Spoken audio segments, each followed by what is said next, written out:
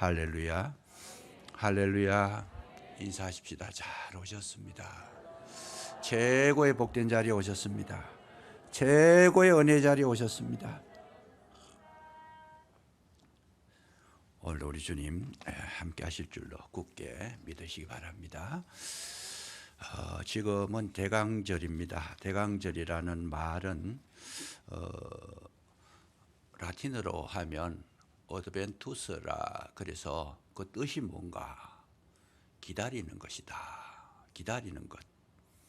그 대강절은 기다리는 절기라는 거죠. 기다리는 절기. 누구를 기다리느냐? 예수 그리스도, 독생자 예수 그리스도를 기다리는 절기다.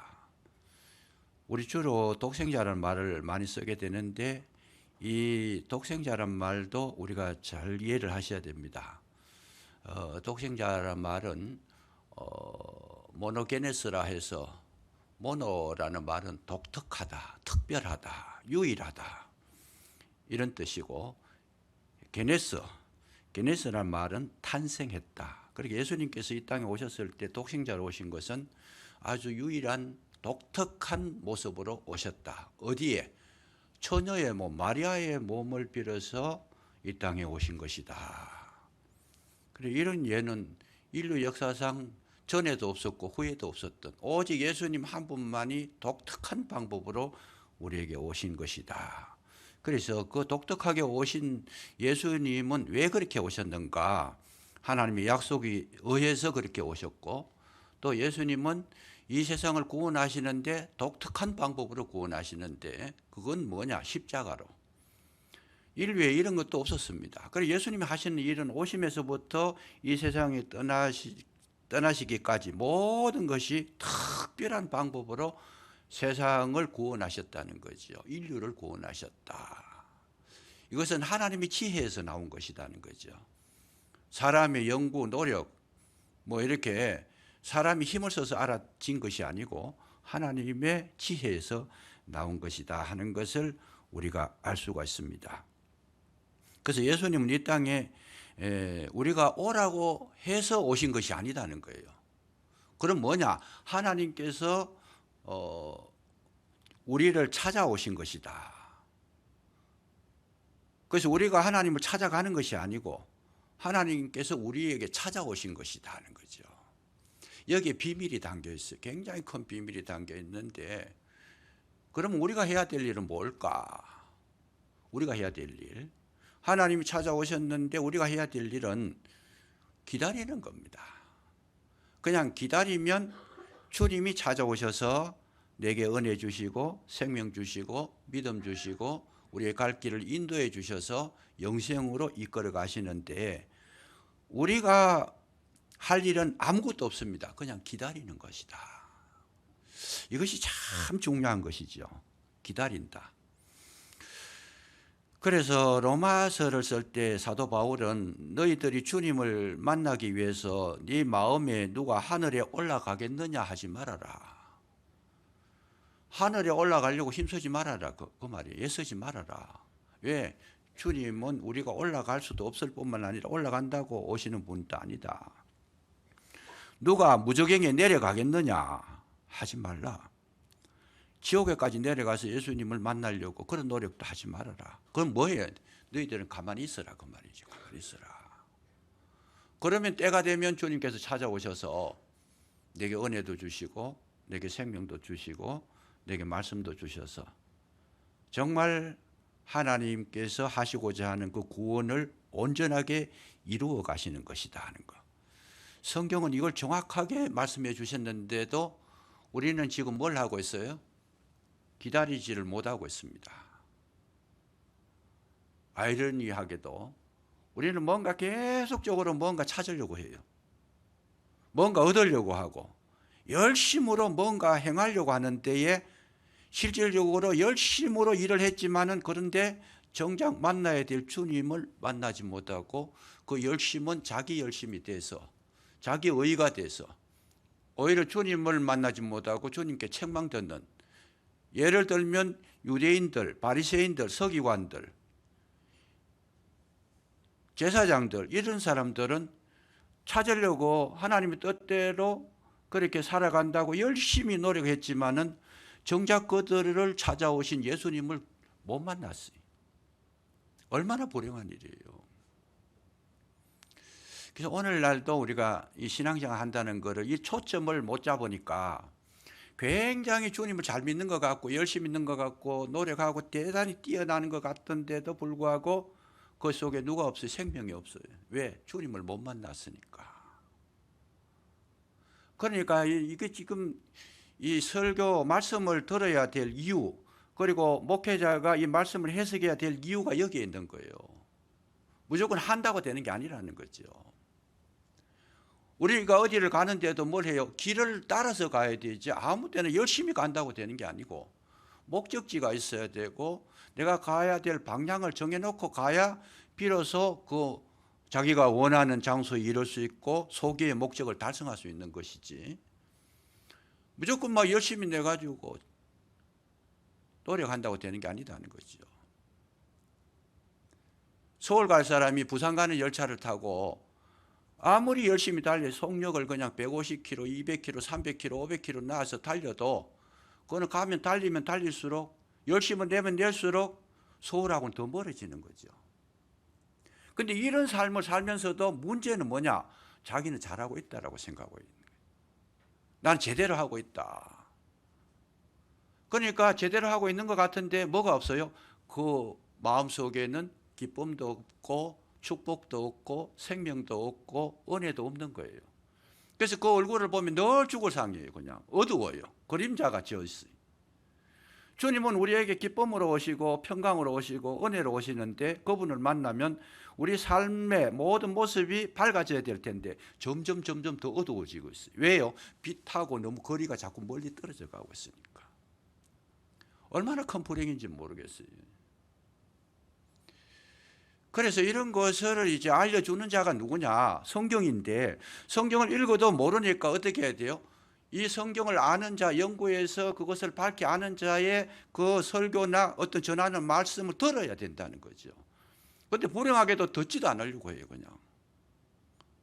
왜? 나는 잘하고 있으니까. 그러니까 아무리 많은 말씀의 장을 열어놔도 들으려고 하지 않으니까 빛이 오지 못하는 거죠. 빛은 빛이 돼. 그 빛을 막아버리니까, 자기 마음이 막아버렸으니까, 예수님께서 문 밖에 서서 두드리는데도 열어주지 않으니까 생명을 얻지를 못하고 있는 가운데 있더라. 이것만큼 불행한 자가 없어요. 그냥 자기가 자기에게 쏟고 있는 것이라는 거죠. 나 예수 잘 믿고 있다. 나 열심히 하고 있다. 오늘 이 시간을 통해서 진리를 회복하시기를 주의 이름으로 축원합니다. 진리를 알아야 되는데 진리를 알지니 진리가 너희를 자유케 하리라. 그랬어요. 중요한 거죠. 오늘 이 성경을 가만히 보시면 하나님께서 찾아오셨다는 거예요. 여기 보시면 주 여호와의 영이 내게 내리셨으니, 명령이 내리셨으니 이는 여호와께서 내게 기름을 부어서 가난한 자에게 아름다운 소식을 전하게 하려 하심이라. 나를 보내사. 누가? 하나님께서 나를 보내사. 어떻게 해요? 어디에 보냈느냐? 마음이 상한 자를 고치며 포로된 자에게 자유를, 갇힌 자에게 노임을 선포하며. 2절에 여호와의 은혜의 해와 우리 하나님의 보복의 날, 신원의 날이라 그래요. 심판의 날을 선포하여 모든 슬픈 자를 위로하신다. 하나님께서 보내셔서, 예수님을 보내셔서 우리가 살고 있는 이 땅에 오셨는데 그 오셨을 때 그 상황이 뭐냐? 와서 보니까 마음이 상한 자, 포로된 자, 갇힌 자, 그러니까 어둠 속에 갇혀 있는 그 세상 속에 주님이 오셨다는 거죠. 주님이 왜 오셨는가? 세상이 너무 어두웠고 생명을 잃어가고 있고 마음 상한 자가 많고 포로된 자, 여기 보니까 억눌린 자, 자유가 없는 자, 그러니까 캄캄한 세상 속에 주님이 오셨다는 것을 지금 설명하고 있는 겁니다. 그래서 이렇게 읽으면 또 우리가 별로 이제 와 닿지 않는데 하나님의 역사를 말씀하시는 것입니다. 하나님의 역사, 하나님은 어떻게 일하시는 분인가? 하나님이 찾아오시는 그 시기가 언제냐? 가장 어두울 때 찾아오신다는 거예요. 어두울 때 찾아오신다. 마음 상한 자가 많고 포로된 자, 억눌린 자가 많고 자유를 잃어버린 자가 많고 눈물 흘린 자가 많고 정말 우리 살아가는데 우리 마음대로 되지 않고 힘든 그때에 주님은 우리에게 찾아오신다는 거죠. 찾아오신다. 그래서 이거는 하나님의 구원의 원리를 지금 설명하고 계시는 겁니다. 구원의 원리라는 것이 뭘까? 여기 제가 또 한 가지 인용을 해야 되는데 C.S. 루이스를 지난번에 말씀을 드렸습니다. C.S. 루이스가 예수님의 성육신을 표현할 때 어떻게 표현하는가? 자연 속에 자연스럽게 오셨다는 것을 말합니다. 자연스럽게, 자연 속에 자연스럽게 오셨다. 그게 무슨 뜻이냐? 예를 들면 이런 거예요. 씨앗이 이제 예를 들어 가지고 우리가 이제 뭐 벼를 심든지 뭐 과일 나무를 심든지 뭐 할 때 그 원초가 뭡니까? 씨앗이잖아요. 그 씨앗이 땅에 심겨져 가지고 자라 가지고 싹이 나서 줄기가 커지고 잎이 무성해지고 그 다음에 꽃이 피고 열매를 맺게 되는데 그 나무의 출발이 뭡니까? 씨앗이 땅속에 들어갈 때 처음 출발이 땅속에 들어가서 흙에 묻힐 때 그때가 이제 나무의 시작이라는 거예요. 그러면 예를 들어가 이제 이 씨앗이 땅속에 들어가 묻혔을 때의 그 모습이 어땠을까? 우리 사람으로 바꿔서 표현하면 우리가 땅속에 묻혔다고 생각하면 어떻겠어요? 어둡고 캄캄하고 답답하고 숨도 못 쉬고 괴롭고 아프고 고통스럽고 희망도 없고 이거는 뭐 완전히 죽을 지경이 된 거지요. 그러니까 그 죽을 지경이 됐을 그때에 그 과정 속에서 일어나는 그 사건, 죽을 지경이 된 그때가 뭐예요? 하나님의 은혜의 시작이라는 거예요. 그게 이제 썩어져서 거기서 이제 싹이 나는 건데 그 캄캄한 어둠 속에 들어갔을 때 그때부터 이제는 뭘 하느냐? 하나님께서 일하기 시작하신다는 거죠. 그러니까 이 어둠의 시간이 정말 우리에게 하나님을 알지 못하는 사람들에게는 어둠이 되지만은 찾아오신 우리의 하나님의 택한 백성에게는 그 어둠이 뭐예요? 구원의 시작이라는 거예요. 그게 구원의 시작이다. 이 C.S. 루이스가 이런 걸 이야기하면 굉장히 아주 그냥 오묘한 진리를 설명하고 있어요. 그래서 하나님의 원리는 멀쩡한 데 오신 분이 아니고 항상 그런 어둠 속에 갇혀 있을 때 가장 고통스럽고 어둡고 캄캄하고 숨도 못 쉴 그 지경에 놓였을 때 비로소 하나님의 은혜가 시작되고 있다라는 거죠. 그것이 세상의 원리다. 예수님이 성육신했다. 사람의 몸을 입고 오셨을 때에 그런 자들에게 오셨고 그런 자들을 구원하기 위해 오셨고 그런 자들에게 소망을 주러 오신 분이다. 이거 설명하시는 거예요. 그래서 이 원리를 잘 생각해 보면 뭐예요? 하나님께서 언제 일하셨는가? 창세기 1장 1절에 보면 천지를 창조하실 때 태초에 하나님이 천지를 창조하시니라 하시면서 뭐래요? 땅이 혼돈하고 공허하며 흑암이 깊음 가운데 있었다. 하나님이 쉬는 수면에 운행하시더라. 세상이 혼돈하고 공허할 때에 그때에 하나님이 신이 수면에 운행하시고 말씀으로 빛을 만드셨다. 언제? 땅이 혼돈하고 공허할 때. 그런 어두움이 없었다면 하나님께서 일하실 이유가 없겠죠. 처음부터 밝은 세상, 완전한 질서가 잡혀있는 세상, 어둠이 없는 그런 세상 속에서는 하나님 하실 일이 없습니다. 어둡기 때문에, 혼란스럽기 때문에, 혼돈되었기 때문에 오신 거지요. 그래서 유대인의 사상, 이 말씀의 사상을 받은 이 원리를 연구해 보면 거기에서 하나님께서 빛을 만드시는데 뭐라고 말씀하시는데 그 다음에 저녁이 되고 아침이 되니 이는 첫째 날이다. 항상 둘째 날도 저녁이 되며 아침이 되니 둘째 날이니라. 이 유대인의 사상에는 뭐가 하루가 돼요? 우리는 아침부터 하루로 치는데 유대인들은 저녁 시간이 첫 시간이에요. 어둠 속에서 빛으로 나가는 그것을 하루로 계산하는 이것이 성경적인 원리에서 나온 거죠. 그러니까 우리가 생각하는 거하고 완전히 다른 거예요. 캄캄함 속에서 빛으로 나가는 것 그것이 하나님의 역사라는 거죠. 애굽에서 이스라엘 백성이 출애굽을 하는데 언제부터 합니까? 노예 생활 할 때에 하나님께서 오신 거예요. 노예 생활 할 때, 어려웠을 때, 캄캄할 때. 미국의 청교도들이 미국으로 건너갔을 때가 언제예요? 영국에서 메리 여왕의 박해를 받아가지고 도저히 신앙생활을 할 수 없을 그때에 하나님께서는 일을 하기 시작해서 102명이라고 하는 신앙 아주 믿음 있는 자들을 메이플라워 배를 태워서 신대륙으로 건너가게 해서 오늘날의 미국을 만드셨다는 거죠. 베드로가 주님을 만날 때가 언제였어요? 밤이 맞도록 수고하였으나 얻은 것이 없다라는 거예요. 아무것도 얻은 것이 없다. 베드로에게 고개를 못 잡았다는 것은 치명적이잖아요. 당장 생활을 해야 되고 아이들 학비도 돼야 되고 옷도 사 입어야 되고 음식을 사 먹어야 되는데 고기를 한 마리도 못 잡았어요. 그거는 어둠의 극치, 빈곤의 극치, 두려움의 극치, 그 속에 주님이 찾아오셔서 베드로를 만나주셨다. 하나님의 역사를 살펴보면 모든 것이 그런 거예요. 아브라함을 하나님께서 부르셨을 때 아브라함이 어디에 있었어요? 갈대아 우르에 있었다. 갈대아 우르는 그 불의 도시, 불상, 우상에 팽배했던 그 도시에서 가망이 없는, 도저히 그런 희망이 없는 그 땅에 속한 아브라함을 부르셔서 새로운 땅 가나안으로 이끌어 가신 분이 누구예요? 하나님이셨더라. 그래서 오늘날 저와 여러분이 이 세상 살아갈 때에 참 세상이 가벼운 게 아니잖아요.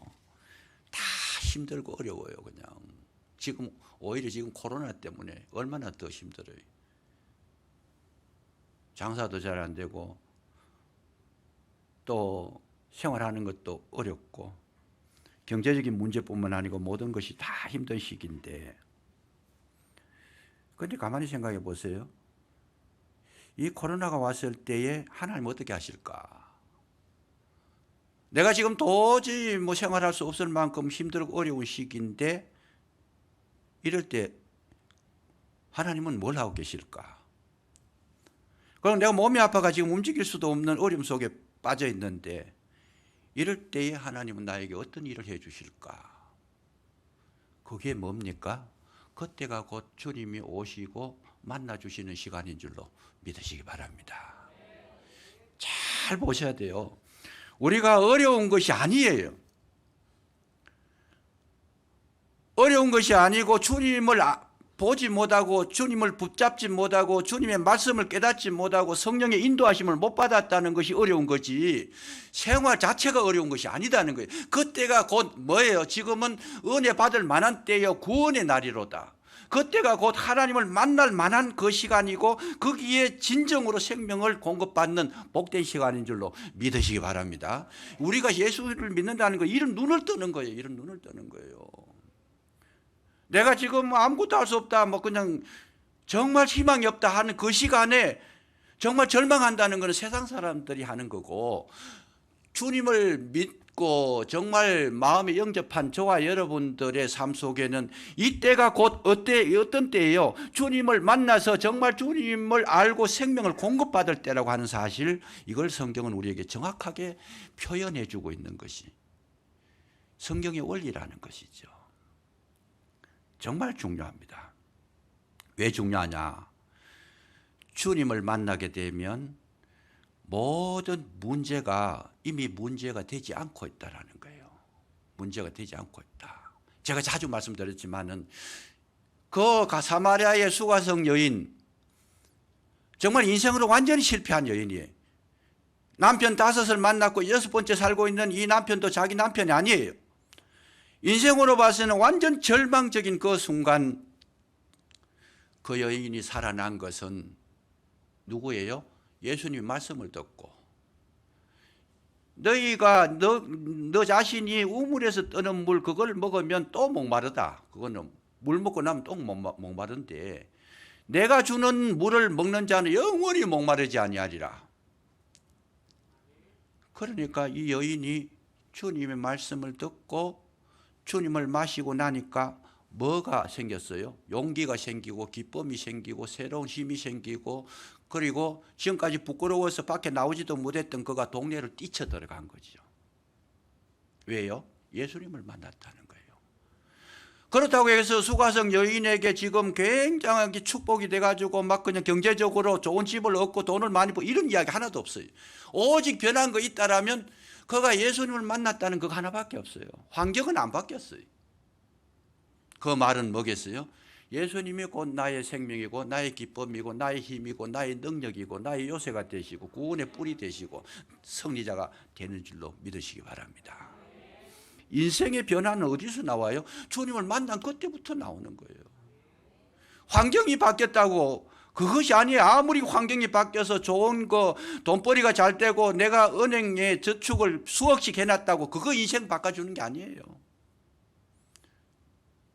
찾아오시는 그 주님 언제 내가 가장 힘들고 어려울 때 지금 주님 오셔서 지금도 문 밖에 서서 두드리노니 문을 열어주시면 주님은 저와 여러분에게 놀라우신 하늘의 신령한 것으로 먹여주시고 입혀주시고 활력을 불어넣어 주셔서 세상과 싸워 이기게 하실 줄로 믿으시기 바랍니다. 그래서 이 대강절이나 성탄절이 우리에게 너무 중요한 거예요. 너무 중요한 거예요. 저는 이 말씀을 깨닫고 난 다음에 막 그냥 잠이 안 올 정도의 막 가슴이 벅찬 거예요. 왜? 이거를 빨리 전하고 싶어서. 이걸 모르고 사는 사람 얼마나 불행한 건가. 세상 사람들은 아예 못 들었으니까 뭐 우리가 전해야 되는데 못 들었으니까 둘째 치고라도 예수를 믿는다고 교회에 다니면서도 이런 원리를 모르고 살아가니까 아직은 교회는 다니지만 그 가운데 빛을 보지 못하고 있어요. 그리스도가 계시지 않으니까 계속 절망하고 계속 낙심하고 계속 죽겠다 그러고 계속 그냥 불평하고 그리스도를 만나지 못하니까 그 심령이 어둡다는 거예요. 얼마나 불행한 거예요 그게. 그래서 예수님을 향해서 빛이 없으니까 말하는 것도 어두운 이야기만 하고 섬기는 것도 대충 해버리고 말씀도 듣기가 싫고 기도는 더더구나 더 안 되고 새벽에 우리 항존직이나 되시는 분들이 제가 많이 기다려요. 뭐 초신자들이야 뭐 어쩔 수 없지만 약하니까.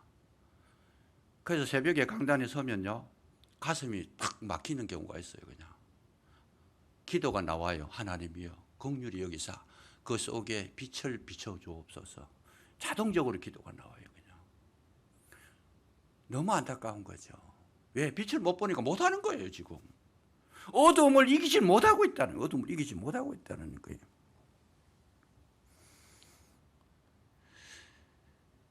그래서 주님을 만나면 내 인생이 180도 달라지는 것이다. 완전히 달라지는 것이다. 그래서 주님이 오시는데 우리는 기다리면 주님 오셔서 날 만나 주시는데 그런데 단 한 가지가 있어요. 한 가지가 뭐냐? 기다리면서 뭘 해야 돼요? 경건한 생활을 해야 된다는 거예요. 주님을 내가 찾아가는 것이 아니고 주님을 만날 준비를 하고 있어야 된다는 거예요.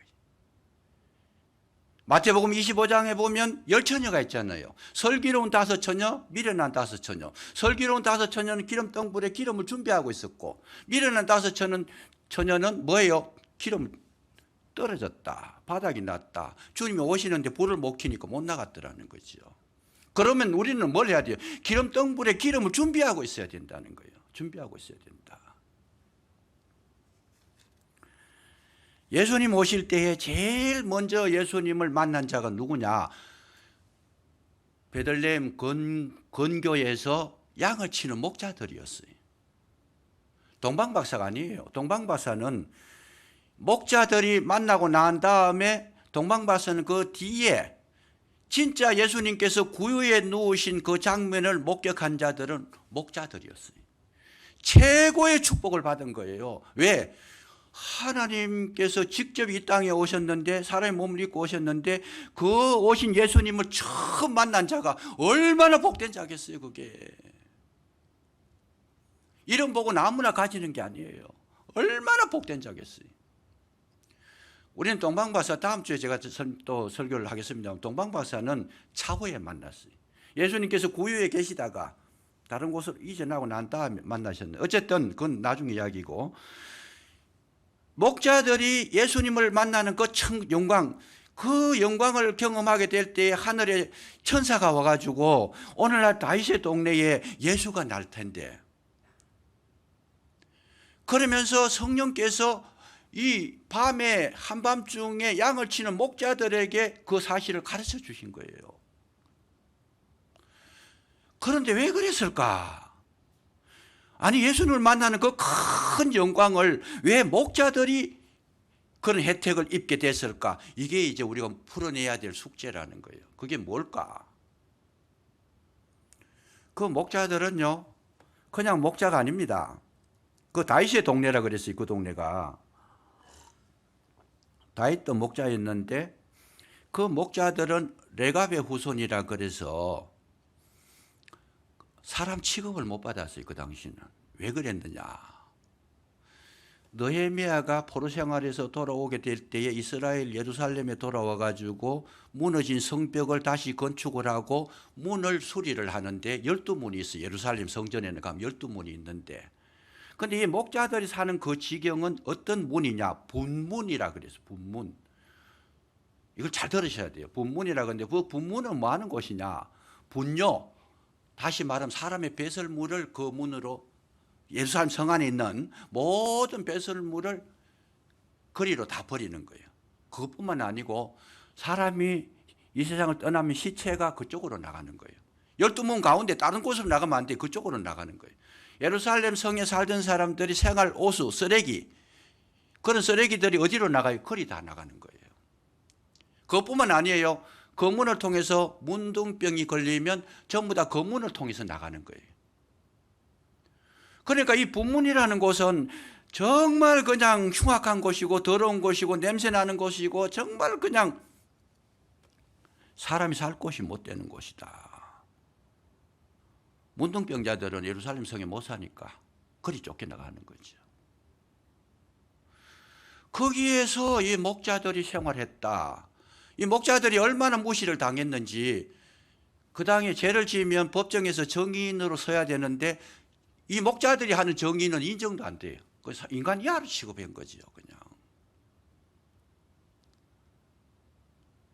이 목자들이라 우리가 말하는 고상한 양을 치는 아름다운 들판에서 뭐 뉴질랜드나 저런 푸른 초장에서 양을, 이런 그런 이 장면이 아니라는 거예요.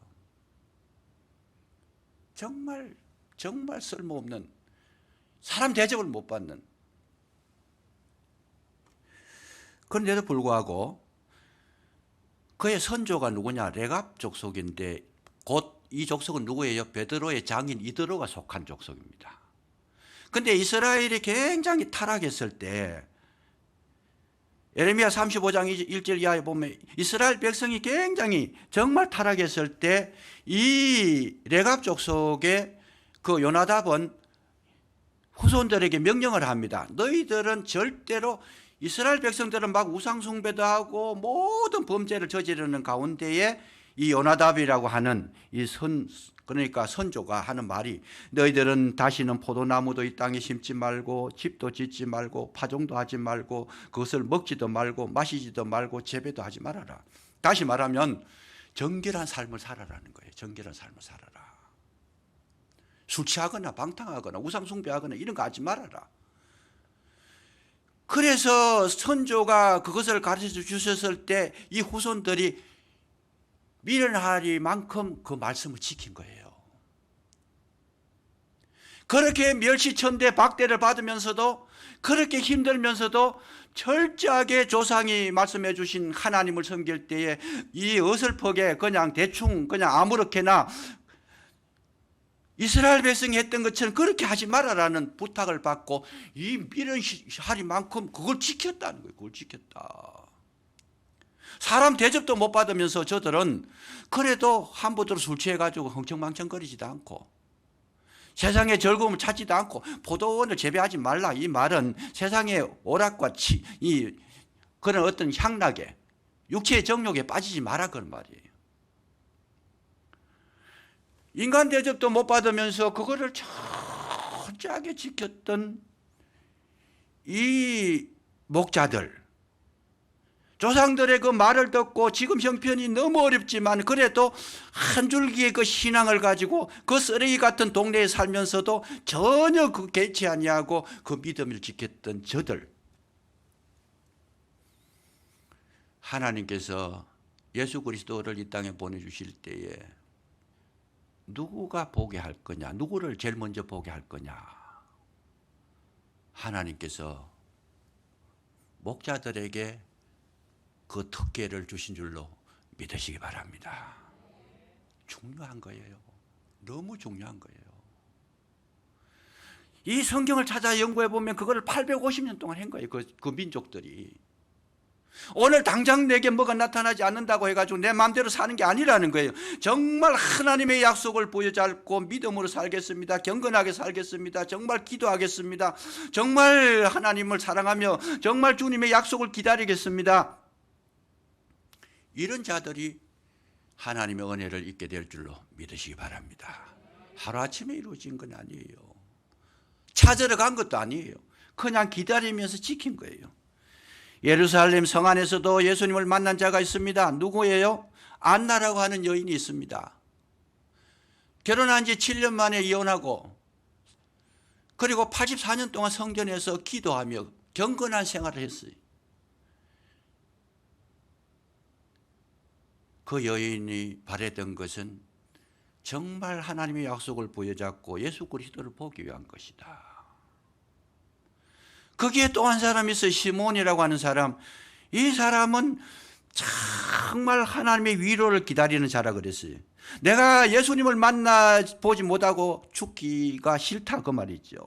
나는 죽지 아니하리라. 예루살렘 성에서 그가 생활한 것은 뭐라고 하느냐, 성경을 보면 그는 경건했다는 거예요. 경건했다. 정말 자기 자리를 지키고 늘 기도하며 늘 주님을 바라며 믿음으로 살며 자기 사세를 흩뜨리지 않았다. 하나님께서 안나에게 나타나 예수님을 보여주셨고 시몬에게 보여주셨다는 거죠. 그래서 시몬이 예수님을 보고 난 다음에 이제 죽어도 여한이 없습니다. 목자들이나 안나라고 하는 여인이나 시몬은 하나님 앞에 경건한 삶을 살았다는 거예요. 하나님의 역사는 누구를, 오늘도 하나님이 오시면 누구를 찾아가시겠어요? 이 지구상에 많은 교회들이 있어도 어느 교회에 주님이 가시겠는가? 이번 성탄절에 대강절에 주님을 우리 기다리고 있는 그들에게 누구에게 어떤 자들에게 주님이 찾아가시겠느냐? 그 경건한 자를 찾아가시는 줄로 믿으시기 바랍니다. 자기를 정결하게 하고 약속의 말씀을 부여잡고 정말 주님을 사모하고 기다리고 있는 자들. 그런데 그 시간들이 정말 뭐 획기적인 어떤 막 기적이 나타난 시간도 아니었어요. 그렇다고 해가지고 그것이 정말 내게 어떤 놀라운 어떤 축복이 다가오는 그런 시간도 아니었어요. 그러나 묵묵하게 뭘 했어요? 그 기다리는 시간을 인내하며 또 참고 기다리고 인내하며 또 기도하고 인내하며 또 자리를 지키고 인내하며 주님의 약속의 말씀을 붙들고 살았던 그 자들, 그런 자들에게는 하나님께서 반드시 찾아오셔서 주님을 보여주시고 그 마음의 소원을 이루어 주실 줄로 믿으시기 바랍니다. 이것이 하나님의 약속이에요. 우리가 하나님을 찾아가는 거 아니었어요. 기다리면서 경건하게 정말 84년 동안 성전을 떠나지 않았대요. 예수님 만나기 위해 가지고. 중요한 거예요. 우리 평소의 삶이 얼마나 중요한지 몰라요. 그냥 우리가 예배 시간에 주님을 만나는 거, 이건 뭐예요? 평소에 기도하며 주님을 기다리는 간절한 마음, 정말 목마른 사슴이 시냇물을 찾기에 갈급한 같이 내 영혼이 주를 찾기에 갈급하나이다. 이 간절한 마음을 가지고 기다리면서 정말 기도하면서 경건하면서 정말 주님을 사모하는 그 마음 가지고 있는 자에게 예배 시간에 주님을 찾아오실 줄로 믿으시기 바랍니다. 중요한 거예요. 이게 왜? 주님을 만나기만 하면 해결이 돼버리는 거예요. 아무리 큰 문제도, 아무리 뭐 심각한 질병이라도 내가 생명을 너는 죽고 살지 못하리라 하는 그 언도를 받은 이 정말 그냥 불행한 자라도 주님의 은혜의 말씀이 떨어지고 주님을 만나니까 새 생명을 얻게 된 줄로 믿으시기 바랍니다. 오늘 우리에게 이것이 너무 중요합니다. 우리는 기다릴 줄을 몰라요. 그냥 뭔가 내가 막 하고 싶고 뛰어나가고 싶고 뭔가 대단한 그 사람한테 칭찬 듣고 싶고 이 자리를 지키는데 그 자리는 이 목자들이 지킨 자리는 정말 냄새 안 나고 추하고 더럽고 인정받지 못하고 아픈 자리, 낮은 자리였어요. 대접받는 자리가 아니었어요. 우리는 사람들에게 뭔가 칭찬 듣고 인정받고 싶어서 앞서고 싶어서 좋은 일은 뛰어나가지만은 굳은 일은 전혀 신경도 안 씁니다. 그거는 경건이 아니에요. 정말 경건은 어디서 하느냐? 목자들이 사는 그 동네에 사는 사람들. 목자들은 하나님께서 그 아들 예수 그리스도를 보여주셨을 때 저들은 어떠했을까? 시몬이 주님을 만나고 난 다음에 어떠했을까? 마음의 소원이 완전히 채워져서 충만해져서 이제는 죽어도 여한이 없습니다. 만족했다 그 말이죠. 주님께서 저와 여러분의 심령에 떨어지면 주변이 환경이 개선되지 않아도 마음속에는 뭐가 일어나요? 이제는 만족합니다. 이젠 죽어도 내가 정말 불평하지 않겠습니다. 이제 모두 여한이 없겠습니다. 이것이 저와 여러분에게 주시는 하나님의 최고의 축복인 줄로 믿으시기 바랍니다. 이 마음, 이거 얼마나 좋은 거예요. 그냥 이 마음을 소유한 자들은 세상의 풍파 때문에, 풍랑 때문에 흔들리지 않습니다. 이 세상의 어려움 때문에 그가 불평하지 않습니다. 이 주님을 만난 자들의 그 삶은 늘 만족하고 감사하고 감격하고 감동하고 기뻐하고 즐거워하고, 만난 자들의 입에서는 뭐예요? 늘 하나님의 영광 돌리는 찬송만 우러나오게 될 줄로 믿으시기 바랍니다. 그게 신앙생활이에요. 정상적인 찬송이 우러나오는 게 이게 정상적인 시간이에요. 입술로만 부르는 찬양이 아니에요. 가슴에서 벅차오르는.